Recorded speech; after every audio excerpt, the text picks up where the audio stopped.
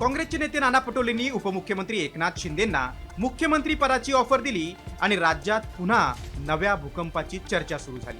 त्या पार्श्वभूमीवर आता राऊतांनी आणखीन एक गौप्यस्फोट केलाय।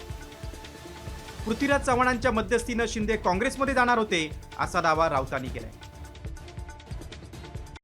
कॉमस्कोर नुसार आता isakal.com आहे देशातील नंबर 1 ची मराठी न्यूज वेबसाईट। प्रत्येक अपडेटसाठी isakal.com ला नक्की भेट द्या। पृथ्वीराज चव्हाणांना एकदा मुलाखत घ्या तुम्ही। अहमद पटेल आता नाही आहेत, त्याच्यामुळे मला फार त्याच्यामध्ये चर्चा करायचं नाही। काही व्यक्ती साक्षीला उपस्थित नाही आहे साक्ष द्यायला। आता अहमद पटेल आणि कोणाशी काय चर्चा पहाटे झाल्या होत्या दिल्लीत, हे सगळ्यात जास्त मला माहिती आहे। 2013 मध्ये बाळासाहेब ठाकरेंच्या निधनानंतर पक्षाची पूर्ण सूत्र उद्धव ठाकरेंकडे गेली। त्यामुळे ठाण्याची सूत्र आपल्याकडेच असावीत अशी शिंदेंची इच्छा होती। मात्र तसं होत नसल्यानं शिंदे बंडाचं निशाण फडकवणार होते।